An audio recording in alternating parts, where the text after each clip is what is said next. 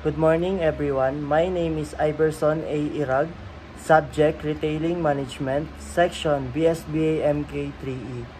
My topic is Franchising in Retailing. Introduction to Franchising. Franchising is a form of business that is quite popular in retailing. It is used by organizations to expand their business through partners who in general terms are given the right to run organization business. Franchise is para mapalaki ang isang business o lalo na kung kilalang business, madaming investor ang mag-invest dito gaya na lamang ng isang charity. Licensing versus franchising. Licensing is very similar to franchising and there is only a thin line that divides both in terms of meaning. While franchisee is the sense that services a closer relationship of the franchisor and the franchisee. The licensing and franchisee are most similar pero merong pagkakaiba while ang licensing is small business or small type of franchise or retailers. While franchise is malaking kumpanya gaya na lamang ng Jollibee. Franchising in India. There has been an influx of foreign brands into the country since India is considered to be an ideal place for new business ventures because of its established democratic system and rich history. Madaming branded ang nakalaganap sa India pero mas kailangan pa nila ang mga franchise na product upang mas lumaki pa ang kanilang society. Maganda din dito ang business sa India, mas malaki ang kanilang society and uso sa kanila ang mga retail. Product trade name of franchising. Here the intransy requires the trade name, trademark, and or product forms that supplies or manufacturer, for example, Arrow, Schoolers, Tommy Hilfiger. May mga product na maganda ang takbo sa India, isa na dyan ang Tommy Hilfiger dahil maganda ang quality ng damit at affordable ito. Dahil sa India, mas prefer nila yung affordable and kaya pa i-retail. Business format franchising. This format of franchising permits the franchisee to use the franchisor product services, trade name, trademark, and most important, the prescribed business format in India. Sa business, format ng franchising, once na nag-franchise ka ng isang product or company, kailangan mo dalahin ang pangalan ng kanilang kumpanya at mas madali ang sales lalo na kung kilala ang product. Types of franchise agreement. Number 1. Direct franchising format. The direct format of franchising is a simple arrangement where the franchisor grants the franchise to an franchisee by the execution of a contract. Under the arrangement, the franchisor has direct control over the franchisee and the do's and don'ts are clearly specified. Ang direct franchising is ang pag-arrange ng kung paano ang pag-franchise ng company o ang product and ano mga avail sa franchise nila and malalaman mo ang do's and don'ts ng isang kumpanya. Number 2. Subsidiary. Franchising laws and regulation allow foreign organizations to set up their subsidiaries in India. Franchising is done through a subsidiary. The franchisor controls the subsidiary directly. Ang subsidiary franchising is isa yung mga malaking company na nag-distribute sa retail company. Kumbaga siya yung pagkukunan ng mga retailers. Number 3. Regional area franchising or multiple franchising. Here the franchisor offers franchise rights to franchisee only for a region or an area. There are separate franchises for catches area or region in the country. Ang multiple franchising naman is example nito ay McDonald's. Kahit meron ng McDonald's sa isang lugar, pwede pa din mag-open ng another McDonald's sa isang lugar. Pero magkalayo sila, kumbaga may mga target sila. Example, ang isang McDonald's nasa town ang target niya. Then yung isang McDonald's is nasa highway, kumbaga ang mga target niya is mga nasa highway na tao.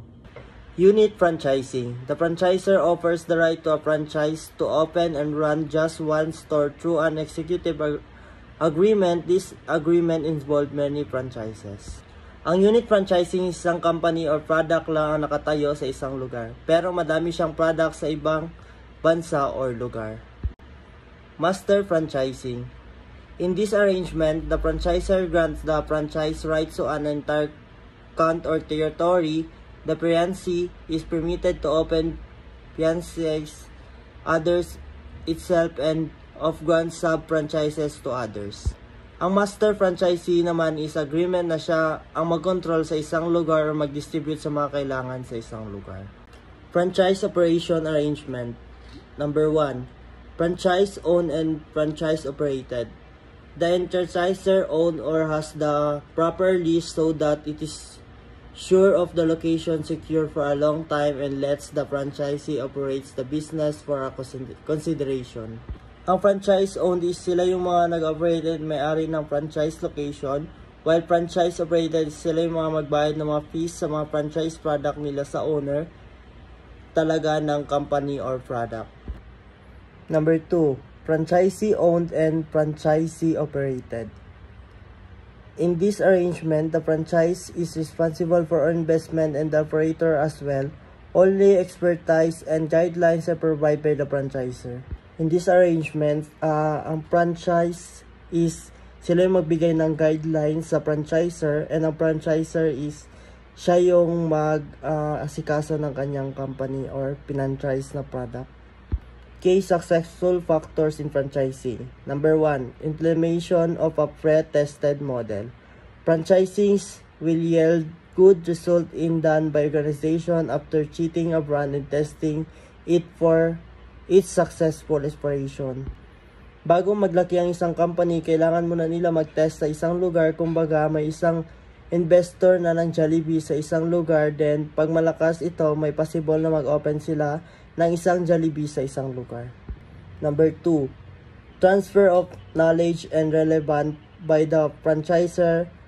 A well-known and trusted brand automatically draws customer. Another major benefits is the support given by the financier who provide their valuable input gained by their richest experience in retailing. Sa franchise na ito, is halos lahat ng knowledge sa company is ginashare nila. Kumbaga, hindi lang pangalan ang binili mo, kung hindi pati na rin yung product nila. Example, Jollibee. Pare-pareho ang lasa ng manok ng Jollibee. Kasi ginashare nila yung mga ingredients nito at pati ang design ng isang buong building is kapareho din. Number 3. The franchisee is the franchisor's face to customers. The franchisee has to carry on his operation by playing the role of principal brand. The store image element and product or merchandise portfolio have to be carefully maintained as many non-compliance to specified standard, many distribution the company buying experience. Kung ano yung i-franchise mo sa isang company or product, dapat ganun din ang outcome sa company mo. Kumbaga, nag-invest ka lang ng Jollibee, dapat yung chicken is same flavor sa main branch ng Jollibee. Number 4, creating win-win situation by reducing risk. A creating win-win situation by reducing risk is a franchise arrangement. Both the franchisor and the franchisee must stand in gain. The franchisor gets a partner in the franchisee to establish his business and share with the franchisee sa trusted technologies. Sa pag-invest or pag-franchise mo ng isang company, pwede ka maghanap ng partner mo sa pag-invest dito para may kasama ka sa paghawak ng business and pag-try ng mga product nito. Number 5, an attitude of ownership and shared responsibilities. Franchisees fail when the franchise's retail business is not allowed by the franchisees. Many franchises tend to treat the franchise as the franchisor business. They often felt that the franchisor has responsibility of assuring success. Sa pag-franchise, hindi sa main owner nakasalalay ang pag-angat ng franchise na product mo. Kailangan mo din kumilos para umangat ito. Number 6, periodic performance review. Regular review of performance in planning action for implementation both parties will ensure successful franchise operation. Kailangan mo muna i-review yung i-franchise mo na product or company kung successful ba and kung mag-success ba ito sa isang lugar na paglalagyan mo.